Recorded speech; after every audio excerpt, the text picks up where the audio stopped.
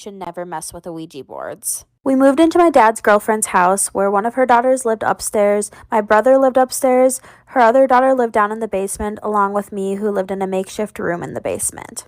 One night, me and her 2 daughters decided to buy an Ouija board. After my dad and his girlfriend went to bed, me and her daughters all went downstairs, grabbed a bunch of candles, set up the Ouija board, and grabbed a bunch of our great-grandparents' stuff. We wanted to see if any of our great-grandparents would talk to us. We were so excited because the Ouija board was working and things were moving it. We asked what the spirit's name was, expecting it to be one of our great-grandparents, but it said its name was Tick. T-I-C. We asked it to repeat it again, and it spelled out T-I-C. We knew that it wasn't one of our great-grandparents. Stay tuned for part 2. This is part 2 of why you should never do an Ouija board. So after it said its name was Tick, we asked how old it was. The spirit responded with 9 years old. We asked what gender it was. There was no response. We knew for sure at this point we were not talking to one of our great-grandparents. I wanted to stop right then and there. I was really freaked out and I knew that we weren't talking to something good, but my older stepsister wanted to keep going. So out of peer pressure, of course, I kept going. She asked if it was human. Its response was no. We asked if we were safe. The spirit said yes, but I really didn't feel safe. We asked if the spirit was stuck in the house. The response was yes. The next thing my older stepsister asked, which I really wish she didn't, is if Tick was the only one there with us. The response was no. 60 seconds is not enough time for the story, and the story is really long, so stay tuned for part 3. This is part 3 to the Ouija board story, and why you should never use an Ouija board. So my older stepsister asked if Tick was the only one there with us. The answer was no. She asked if all the spirits there with us were good spirits. The Ouija board said no. Right as we asked that, the bathroom was right behind us, and we heard a huge loud slam in the bathroom. All of us were really freaked out, just sitting there not knowing what to do. The candles started flickering. There was so much tension in the room. I have never felt anything like it. That is when my other stepsister screamed at the top of her lungs and told me to move. She saw a black hand approaching from behind me and was going to grab my face. Because she screamed so loud, my dad woke up and we heard him, so we said goodbye really quickly. I went upstairs really quick to calm my dad down and say everything was fine. But after that night, we awoke something and a lot more things happened. Stay tuned for part 4. This is part 4 of the Ouija board. So after we used the Ouija board, we definitely awoke something in the house. The energy downstairs was so intense that none of us could sleep down there. Because of this, me and my older stepsister slept upstairs for literally weeks. Remember the shadow of the hand that wrapped around my face in part 3?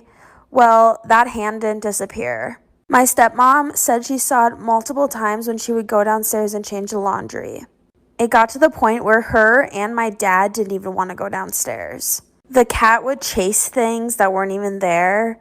Doors would slam. Floorboards would creak at night. My dad would constantly see my cat chasing a figure, and all you could see was the figure's spine. It would run on all 4s. The hauntings got so bad that my dad decided that we needed to move out. Ever since then, nobody has lived in that house for longer than 2 months. The first story starts when I was 2. I don't remember it much, but my parents have told me this multiple times.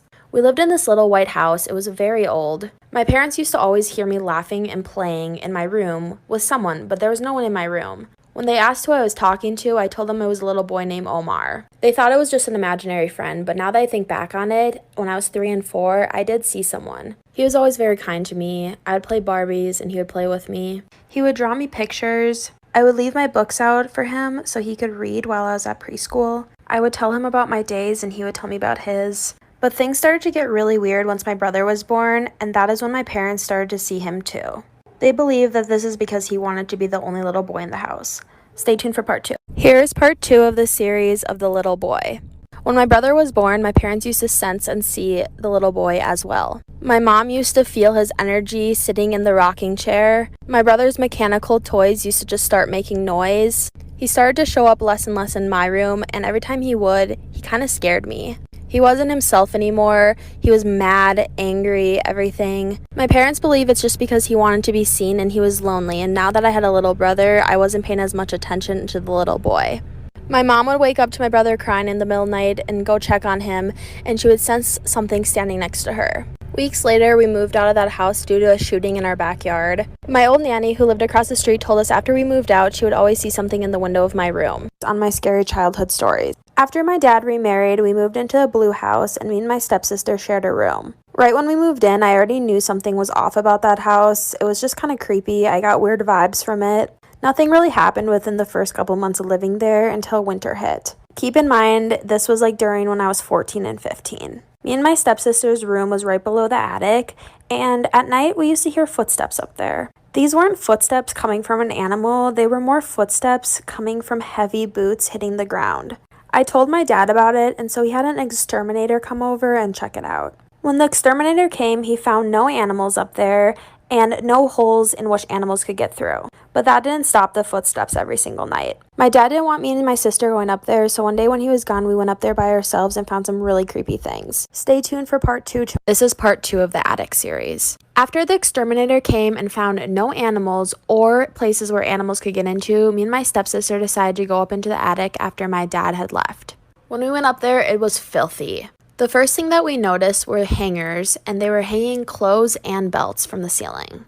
The weird thing is the clothing didn't look that gross, and it looked like it hadn't been up there for very long. The energy up there just felt very intense, and we wanted to get out of there right away. The footsteps didn't stop after the exterminator came or after we went up there.